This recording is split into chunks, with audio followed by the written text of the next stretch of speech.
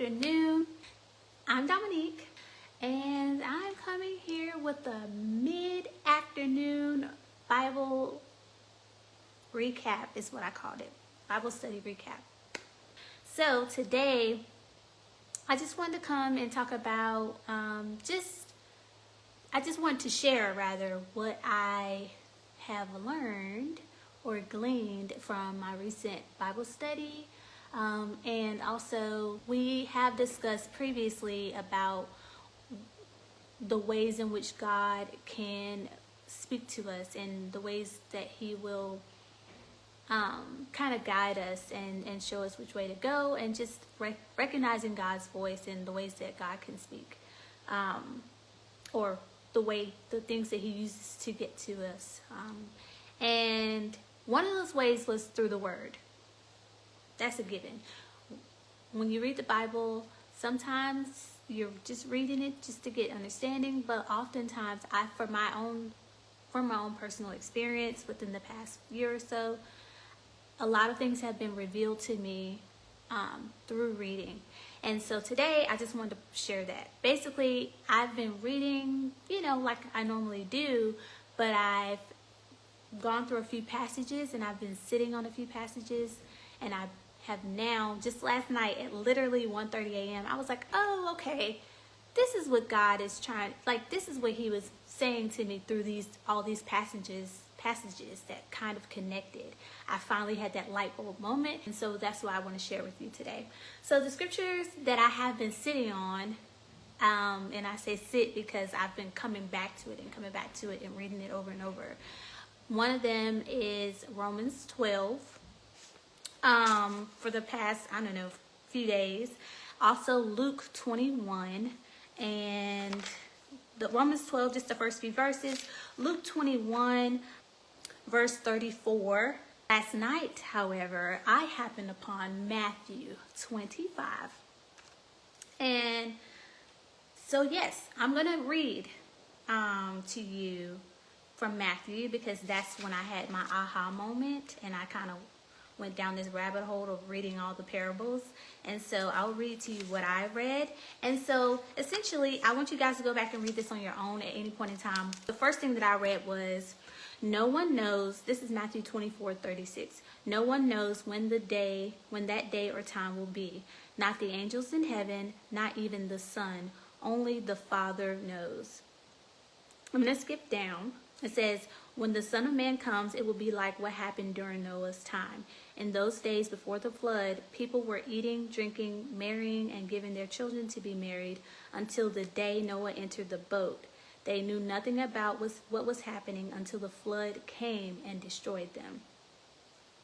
And then later on in this chapter, it talks about, you must always be ready, because when the Son of Man comes, he'll be coming like a thief in the night. The parables continue to talk about, what it will be like.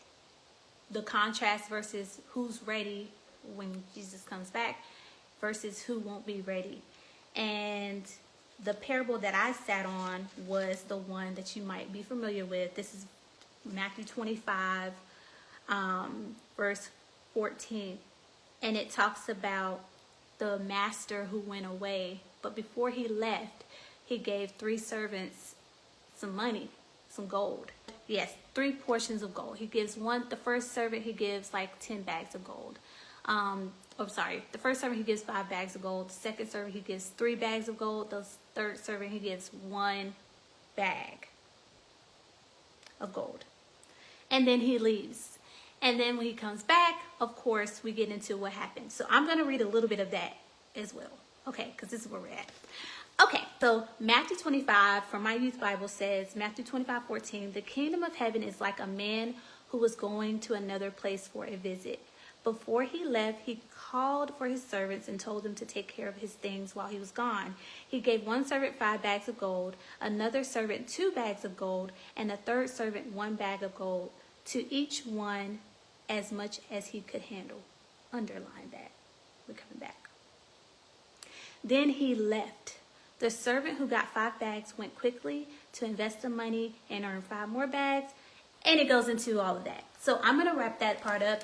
Basically, the master came back after some time and he wanted to see what the servants did with his money. And the first servant, who had 5 bags, it says that he went quickly, urgently, and invested the money and got double the portion back. And the master was pleased with him. The second servant did the same thing. He went and invested the 2 bags of gold, got double the portion back, and the master was pleased with him. The third servant, however, didn't do anything with the gold. And we're going to pick up right here. The third servant says, I knew that you were a hard man. He's talking to the master now. The servant is saying, I knew that you were a hard man. You harvest things you did not plant. You gather crops where you did not sow any seed. So I was afraid. Underline that. I was afraid and went and hid your money in the ground. Here is your bag of gold. The master answered, you are a wicked and lazy servant. Basically telling him, you should have put my money in the bank so I could get interest on it. But since you didn't do that, take the bag of gold from that servant. This is verse 28. Take the bag of gold from that servant and give it to the servant who has 10 bags of gold. And then it goes on to say, those who have much will get more, and they will have much more than they need. But those who do not have much will have everything taken away from them. And then the master said, throw this useless servant outside into the darkness, where people cry and grind their teeth with pain.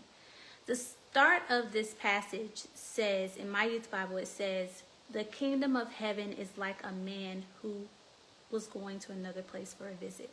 So essentially, the parable is comparing basically Jesus's like departure from here.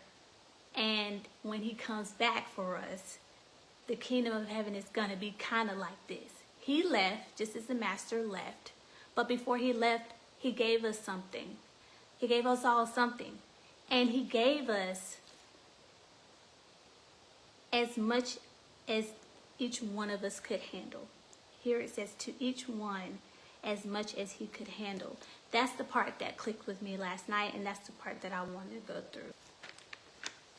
We've had discussions in the meetings about just leaning on God, lamenting to God, and crying out to God. You know, when you're in trying times, when you need God, when you are longing for something. We've been talking about going to God for everything. I want to talk about when we go to God to tell him that we can't handle essentially what he's asked us to do. Because that is that's been my challenge with God recently. I believe I've asked God in years past, God, show me what you want me to do. Show me a vision. What is it that I'm here to do? What's my purpose? You know, like, I feel that I just need to know. Like, I feel like I'm just out here aimlessly, and I want to know what I'm called to do. And I believe that God has shown me, to a certain extent, the things that I need to be working on right now.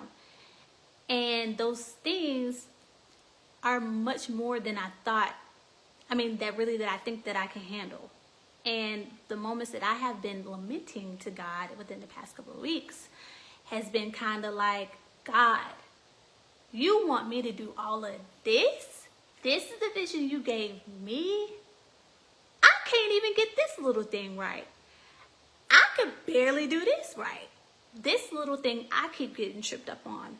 This sin over here, you see, I still trying to get my mouth together over here. I'm still trying to do that. And you want me to do this? I know I asked you to tell me what you wanted. And I know I asked you for the vision. I know I asked you for all of that. I didn't know it was going to be as big as it is. Or, you know, and that's where I'm at. And I've been having those moments, and I'm like, just really wrestling with God and the request and the gifting, because I'm like, God, it just seems like a lot for me, and I don't know if I can do it. Like, I don't know if I can handle this, and I don't want to mess up because I don't want to disappoint you. So I have been in a space where I've done nothing. Like that third servant who said, Master, I was afraid. I knew you were about business, big business, master. And I was afraid. I knew you were on some other type of time.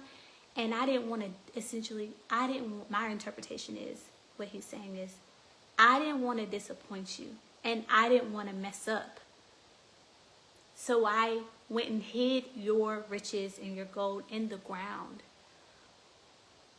But when you put money in the ground or anything of value in the ground, what is it worth there? What value can you get from it?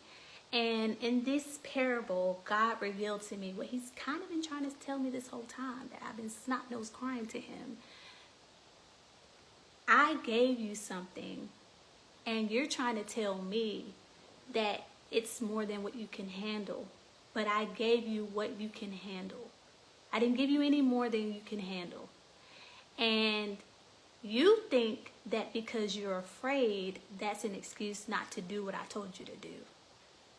And it's not an excuse. And at some point, Jesus, this is what I'm hearing, I'm believing God is telling me. I'm going to come back.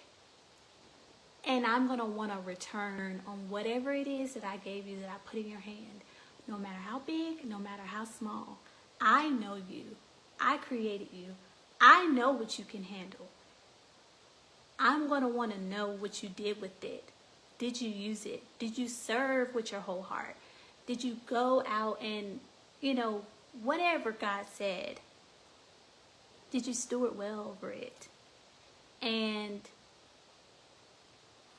the I'm afraid, it's not going to be, it's not going to be sufficient. And so that is what settled on me last night, this morning at 1:30 a.m.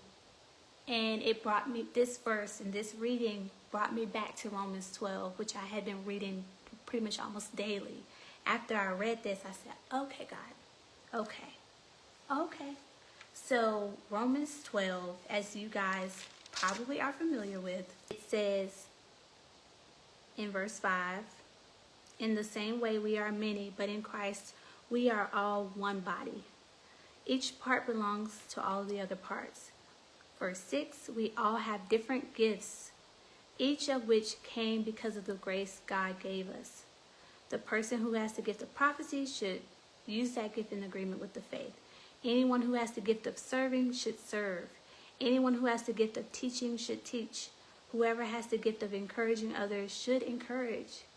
Whoever has the gift of giving to others should give freely. Anyone who has the gift of being a leader should try hard when he leads. Whoever has the gift of showing mercy should do so with joy. We're not talking about money right now. Even though the parable spoke of gold, though God may bless us financially in different seasons of our lives, and we are to steward well over that as well. What I'm taking and what I believe God is telling me is, stop telling me what you can't do and what you can't handle. Because I've already given you an assignment, and I gave it to you because I knew that you could do it. And I knew what you are capable of doing with me working in you. And you need to go ahead on and do something. Each of the servants, the first two servants, it says specifically for the first servant, he quickly went, is what my Bible said. He quickly went to go make that thing shake. He said, let me go ahead and see if I could get double back. And he did. He did not wait. And all of that dragging of the feet and I don't know, going through the motions with God. I'm only talking about myself because God has already told me something. If he hasn't told you something, that's different. You have to wait on God. But for folks who done got assignments and talking about we scared, got gifts that God gave us, and we know God gave us the gifts, and we're not using them for nothing. We're putting them in the ground. Woo! He's coming back. And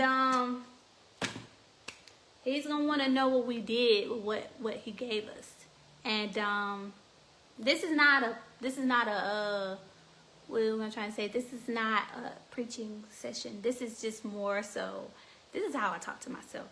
Literally last night I was having like a sermon in here, Sermon on the Mount to me, but this is what I believe God has shown me over the course of the week, and I just finally got it. Like, I just put it together, and I'm like, oh, okay, I have been lamenting to God, telling him that I can't do what he called me to do, and just being concerned and afraid that I'm gonna mess up or go the wrong way. And so I decided, oh, I don't know, maybe I should just stall. Nope, God is saying, don't do it.